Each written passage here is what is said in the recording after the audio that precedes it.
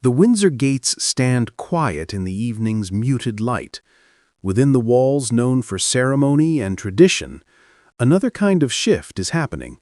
Calculated, quiet, irreversible. The question now is not whether Prince William will succeed King Charles, but how. And nowhere is that strategy more evident than in the delicate margins around the Yorks, Prince Andrew and Sarah Ferguson. William does not speak about family feuds. His public persona is polished and forward-looking, but what he does with gesture, scheduling, and proximity speaks volumes. In royal life, absence often carries more weight than pronouncement, and right now, Andrew and Ferguson seem to be retreating from the frame.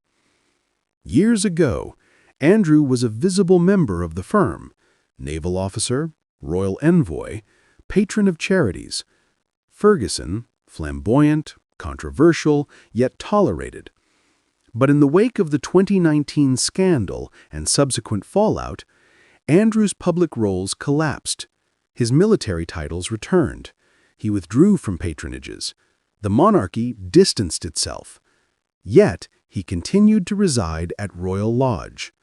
Ferguson remained nearby. The optics of their presence, despite exclusion from public duty, created a tension between heritage and reputation. William inherits that tension. His future legitimacy depends on a crown unburdened by scandal. He cannot openly condemn his uncle or stepmother, but the architecture of his silence, over time, may amount to exclusion. He guides public scheduling with priority. He accepts foreign tours, listens in global forums, leads causes aligned with his vision: the environment, mental health, children. The royal optics shift with him. Each time he appears in another country, another ceremony, another headline, his presence affirms his role as the monarchy's face. And in those shifts, the York's absence is felt. Andrew seldom appears in new events. Ferguson's associations have shrunk as charities walked away. Her charity roles, partnerships, sponsorships, all of these diminished. The firm opened fewer doors. Invitations became rare. And when Andrew and Ferguson do appear, they are often cropped in photos, distanced at events, or quietly left out of public programs. This is not confrontation. It is repositioning.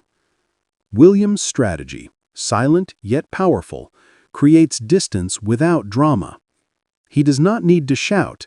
He need only let the frame recenter.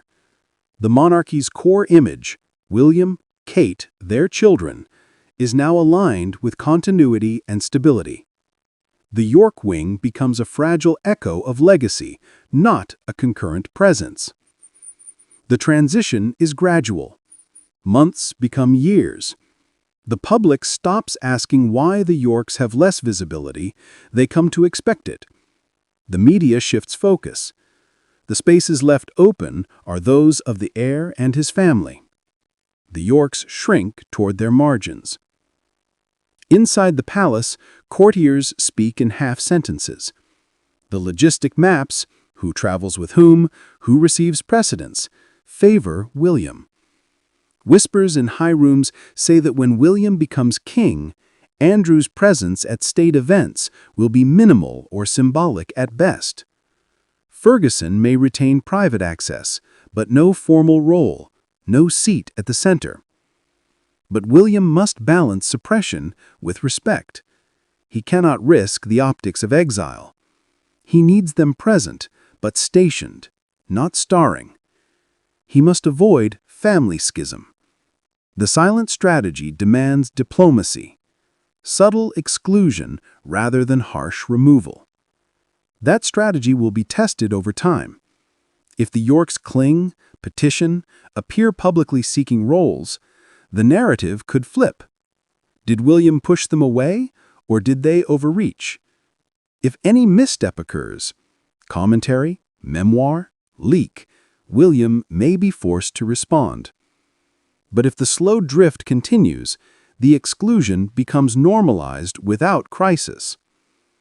Ultimately, William's silent maneuvering may outlast any dramatized confrontation. When his time comes to reign, the monarchy he leads may look smaller, less crowded, but in control.